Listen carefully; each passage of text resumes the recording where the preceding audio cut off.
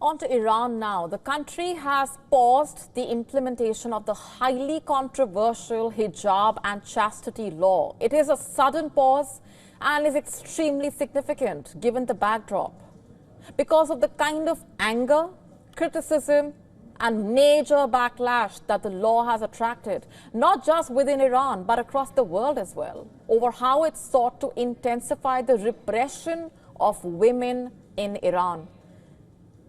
You know what the law was all about? Basically, it proposed stricter penalties for women and girls who fail to fully cover their hair, forearms or lower legs, including fines, longer prison sentences of up to 15 years, and mandatory reporting by businesses.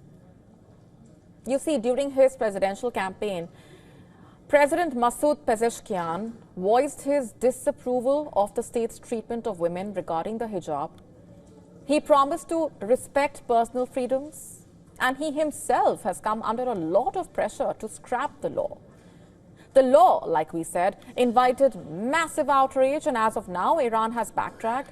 President Pezeshkian described the legislation as ambiguous and in need of reform, indicating plans to revisit the provisions.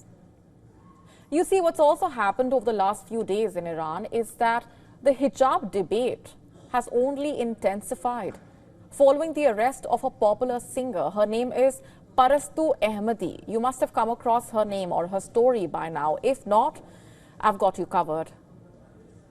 The singer performed a virtual concert without wearing a hijab. Her subsequent arrest, along with her bandmates, triggered massive anger. They had to be released a day later by the authorities. The Mahsa Amini protests, of course, marked a pivotal chapter in the hijab debate. The death of Amini, a Kurdish Iranian woman, in September 2022, while in custody for allegedly flouting Iran's Islamic dress code, triggered months of massive protests and proved to be the biggest challenge to the Islamic Republic's clerical leaders in decades.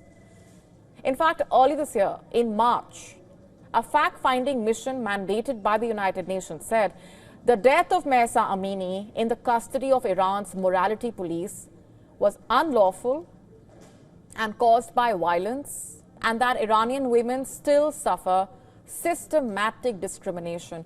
The investigation established that her death was unlawful and caused by physical violence in the custody of the state authorities. The fact-finding mission found the protests that followed were marked by extrajudicial executions, arbitrary arrests, torture and ill treatment, as well as rape and sexual violence. Cut to present.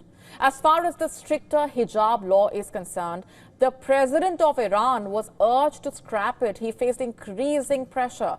The new law, after all, would tighten measures against women who defy orders to wear the hijab.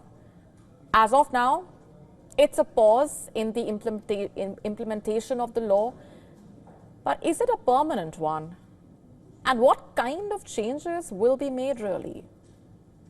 Unfortunately, only time will tell. To stay up to speed with the latest news, download the WION app and subscribe to our YouTube channel.